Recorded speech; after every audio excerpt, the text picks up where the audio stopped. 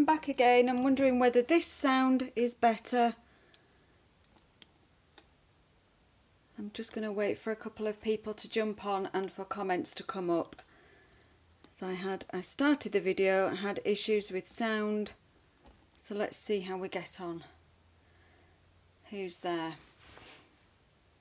I've got somebody there. A couple of people. Can you tell me whether this sound is improved or whether I'm still having issues? Somebody's giving me a heart. Much better, that's great. So good enough to continue? Brill now, great. Thank you ever so much, Alison. Thank you everyone. Thanks for your patience. So, in order to just make this, I'm going to have to try and piece these two videos together for anyone watching live. So, stick with me for those who've just heard me say this. I'm going to just go from the top again, and in this video I'm going to show you quickly how to actually mirror an image where there is just one image and not a pair. So I'm using this bird from this stamp set, Free as a Bird, and there is only one bird image and it's facing this way, and I'm going to show you how to mirror that image using the Stamperatus, which is a stamp positioning platform. And Stamperatus from Stampin' Up is quite unique in its design in that it's a platform pre-printed with a metric and imperial hard wearing base, and the unique feature that the Stampin' Up Stamperatus stamp positioning platform has is this hinged plate, which is removable from the actual base. So it's fantastic, although it comes with two of these hinged plates that you attach your stamps to. What that means in essence is that you actually get four sides, because you can take them out and reverse them. So you get two. With the platform, it comes supplied with two plates, and you can actually use them both together, or you can take them out and use them separately, which I'm going to do for this card, because I'm actually going to use one plate with the bird image and one plate with the sentiment. I'm going to give you a handy hint about getting your red rubber cling stamps perfectly lined up for stamping. So what I've done so far is I've cut a matte layer which measures 14 centimeters by 9.5 centimeters, which is the perfect size for your first layer for a regular card base. So I'm going to position that in my Stamperatus top right hand corner, so put it right up to the top right hand corner. And before I started, I already positioned my stamp where I wanted it, where I wanted the first image. So the way I did that was with the stamp loose. I'm just going to demonstrate using a different stamp. With the stamp loose, I just dropped it on and positioned it where I wanted it to be. And then I closed the hinge and the stamp actually stuck to the hinge like so. Oh, and now I've stamped my bird because my bird is already inky. Apologies. So my bird is already a little bit inky because I've not cleaned it from last time.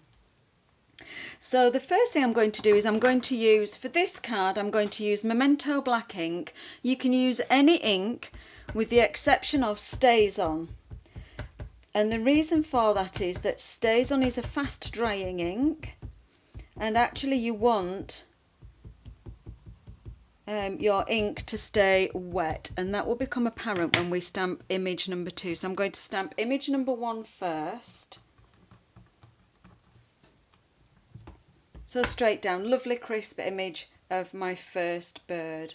Now the second image, this is where the cleverness comes in of mirroring. You can use a couple of different products to actually stamp onto. So I'm going to remove my paper, my card, and I'm going to introduce just a piece of thin plastic. So this is, it's not window sheet, it's a bit more rigid than window sheet. You can use a silicone mat. My silicone mat is black, so I'm not going to use that for demonstration purposes because you wouldn't be able to see the ink. So this is actually a piece of very thin Perspex that actually came with a photo frame. Instead of glass, the photo frame had these Perspex, and I actually made a number of, these were from IKEA, I made a number of hanging birthday perpetual calendars last year. Some of you who came to class may remember these, and these perspex pieces were from these frames, so I have a number of them hanging around spare. So I thought, what a great use for it. So what I'm going to do now is I'm going to stamp the bird again. So tap, tap, tap, plenty of Memento black ink, and I'm going to stamp that bird in exactly the same place but onto that perspex. I'm not using my magnet because I've butted that right up into that top right hand corner, making sure it's not slipped, and I'm going to reverse my original stamped image and I'm going to drop it over the top but butted up to that top right hand corner, and I'm now going to apply pressure, and you can use your fingers, or if you've got a speedball brayer, the rubber type of brayer, you can use that to apply pressure. Now I'm going to lift that off, and what we will see is a, goodness me, I can't get close enough. What we'll see is a paler version, and what we're going to do now is continue to stamp that in exactly the same way, just to build up the ink until we've got a dark enough version so it looks mirrored. And the brilliant thing is that we know that this bird is going to be stamped in exactly the same place because it's a stamp positioning tool, so we can flip that over. Just be careful when you're positioning. I'm being careful not to drop my card until I'm absolutely sure that I'm up in that top right hand corner. Some pressure again, transfer that ink and lift again, so we've got a darker image again. So we can build that up and build that up until we're happy with that image. So let's go again.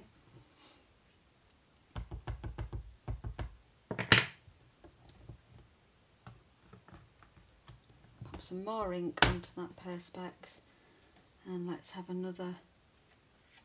And I think in my card that I made yesterday I used three goes at this until I got an image that I was happy with. So there we are, three goes, and I've got a perfectly mirrored image of that beautiful bird. So I will finish it off, and I will just talk to you about other uses. I'm going to come back in with my Stamperatus and stamp the sentiment. So let's finish the card, and I'm going to give you a great tip for positioning those red rubber cling mount stamps with sentiments on. So I'm just going to check, have I got any comments? No, I can go. That's great. So I'm going to just finish this card. It's ever so simple. It's not going to take me long at all. I'm going to, because I've used Memento black ink, I can use Stampin' Blends, which are an alcohol marker, and I'm going to give these birds just a little bit of colour. Now these birds I used my crumb cake blends, but I'm waiting on a parcel, as many of you will know. We're waiting on many deliveries from Stampin' Up at the moment, and my new crumb cake blends are in that parcel, and my old crumb cake blends are incredibly dry and very squeaky. So I'm actually going to swap out, and I'm going to use grey granite, and let's just see what that turns out like for these little critters, and you'll see how quickly we can get some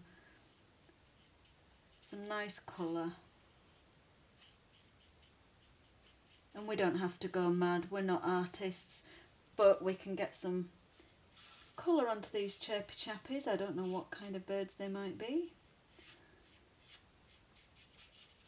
I do often like to colour birds in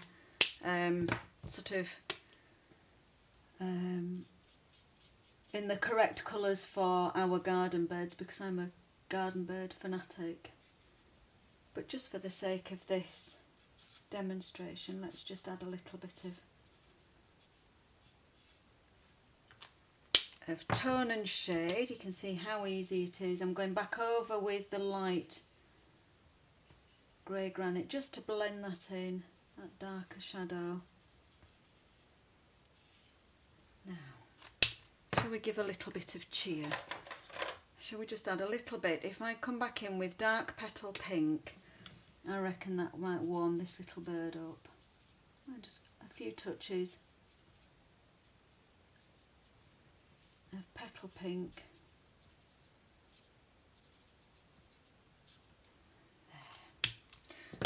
little bit of a yellow beak.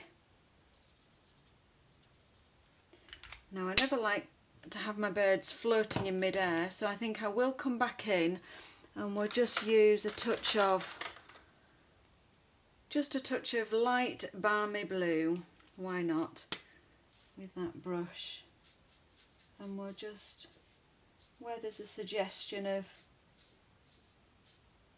a little bit of an icy ground for these birds to stand on. Now I thought that the sentiment in this stamp set, "The world needs more of you," was absolutely perfect, because we had one and now we've got more. So I really loved that sentiment. And the other thing that I did just to finish off and give it some more definition was I used those fantastic Stitched with Whimsy dies. So I'm just going to bring in the dies and show you how many you get in the set. So we get 2 large ones and a set of 3 square ones and 1 rectangular one, which makes a really nice outline for those larger sentiments. And I'm going to use the second largest of the rectangular ones. I'm going to just bring in my big machine, because although this would just at a pinch go through the mini machine, I think I'm just going to use my big machine. And you'll see just a nice quick bit of texture. I suppose you could class this as a bit of texture, not texture in the raised sense, but it just gives it a bit of definition. Come on. So let's just pop the machine back. And you can see that's just given that card a little bit of an outline. Oh, Jojo, did I join in with a big garden? Now, there was a debate about whether I should join in with a big garden bird watch, because I bird watch pretty much every day. I could pretty much fill it in without sitting there and actually counting the birds. And actually, I was quite busy on the weekend. We went for a lovely long walk on Sunday morning, and then Sunday afternoon we did do a few jobs. So I didn't actually join in this year, and I didn't log my observations, if you like, with the RSPB. One thing that I did spot last week, which really excited me, was a big flock of common redpolls, and despite the name common, they're not actually that common, so I was really chuffed with that. Now I'm going to just show you a little tip about lining up your sentiments. So what I want to do is stamp that sentiment, "The world needs more of you," and I want to actually punch the ends using this punch. So I've cut my piece of white cardstock to the right width, which happens to be just shy of 2 centimeters for that middle size. You know, this punch does 3 different size strips, and so I want to use the middle size. So I've cut a little strip and it's just shy of 2 centimeters. And I think the reason, something that I've worked out, is if you look on your trimmer or on your ruler, if your ruler has inches right next to centimetres, if you actually look at just shy of 2 centimetres, it's actually 3/4 of an inch. And I don't often work in inches, so I'm thinking that the punch would have been designed in imperial, as it's an American design. So I've cut my strip, and if I was to place this stamp on a block, as you can see, with red rubber stamps, with our cling stamps, they come provided with labels, sticky labels, which we attach to the top. And it's nigh on impossible to get your label to line up exactly with where the sentiment is actually printed onto the red rubber.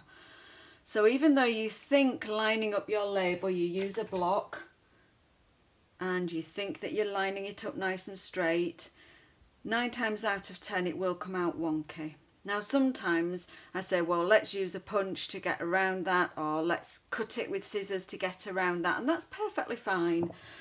But here's a tip. The Stamperatus the plates come printed with a grid, and I'm just going to try and highlight that and make that show up a little bit more by popping that on top. Let me see what it looks like on camera. Can you see that grid? So we can see that grid line nice and clearly. So what I did when I mounted my sentiment was I actually looked at one of the lines on the grid. Again, I'm just wondering whether that's coming through on camera.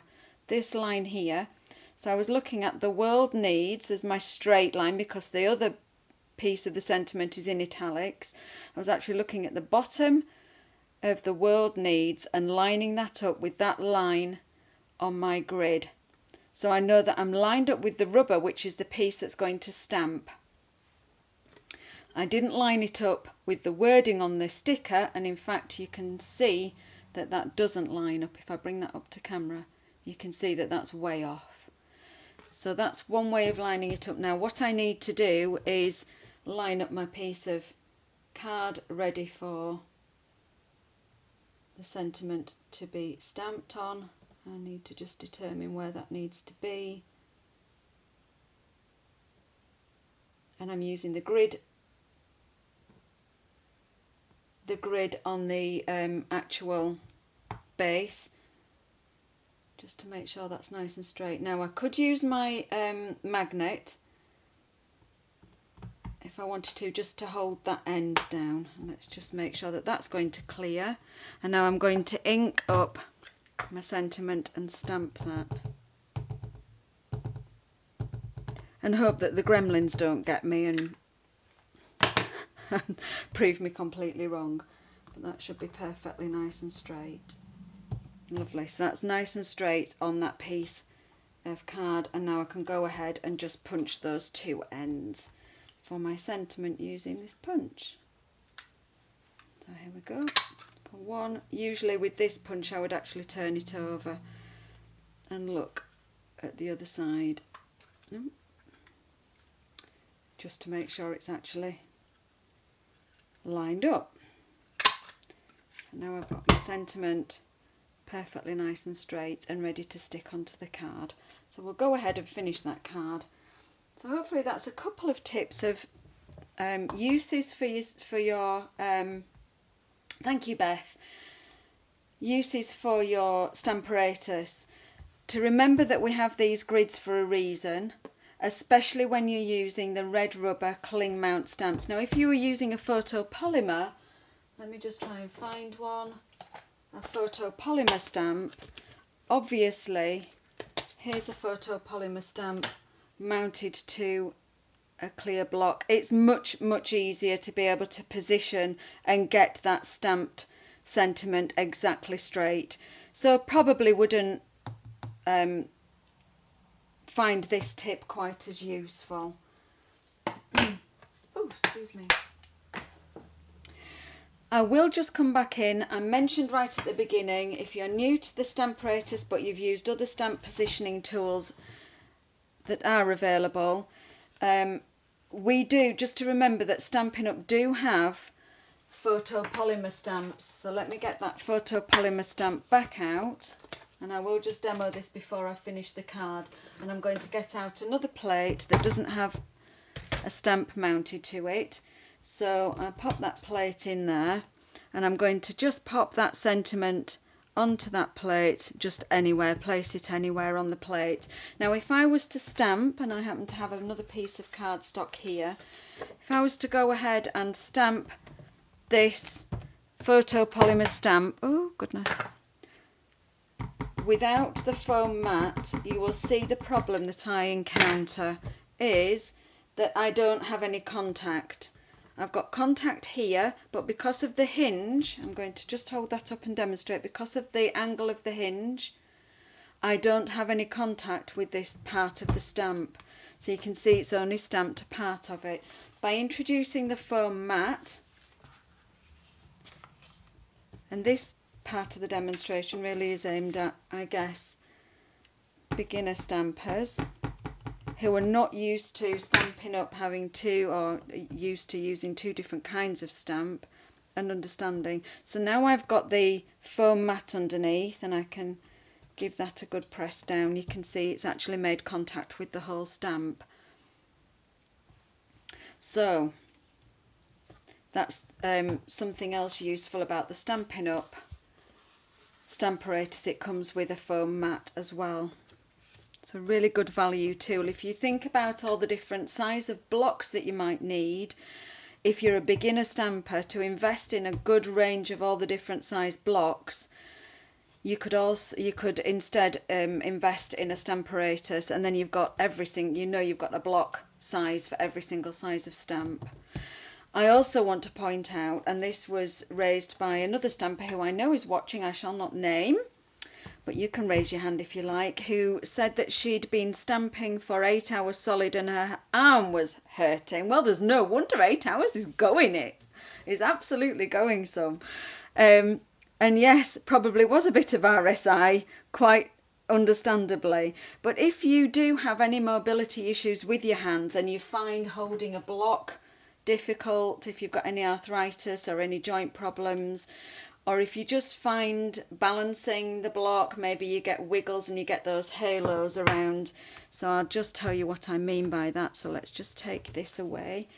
And I'm just going to stamp up this sentiment here.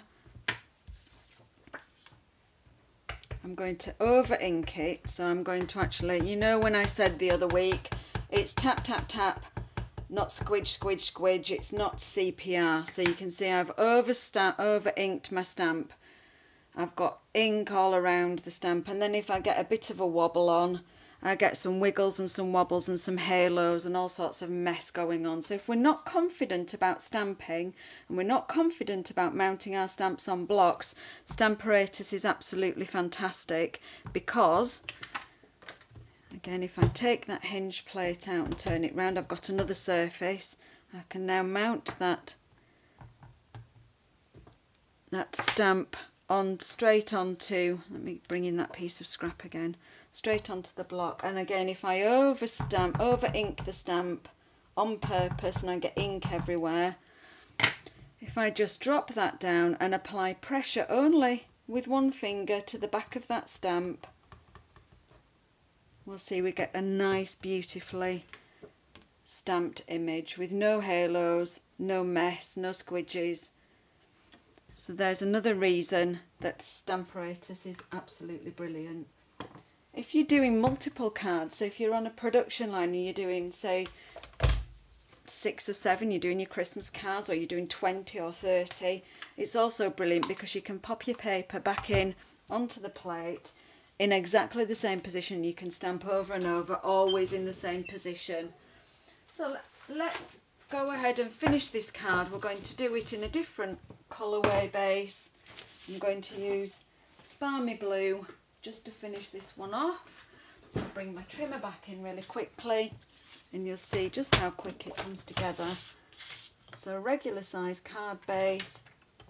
Take that to 15 centimetres. I'm being careful where I chuck my bits of card down because I've got inky stamps everywhere. And I'm going to just score that at 10.5. So I've got my tent fold regular size card blank, and I'm going to just stick that down. Sorry again about my squeaky wheel on my chair. And I'm going to use my favourite liquid glue, and I'm being careful to go around where those stitched lines are so that the glue doesn't actually come through, because they are actually pierced all the way through. Now stick with me until I've finished this card, because I'm going to show you another card that I'm going to hop on and demonstrate this evening using the same, can you guess what's coming next? But different. Same but different technique. Now I'm going to pop that sentiment on, but I'd like another different piece of ribbon this time. Let's go with this one. I'm not sure that's not Balmy Blue. Oh, shall we go with a bit of denim blue? I'll go with a bit of denim blue. It's a bit darker. With my fabric scissors, I just have a snip of ribbon. I'm just simply going to fold that in half. I'm going to have a glue dot just in the crease.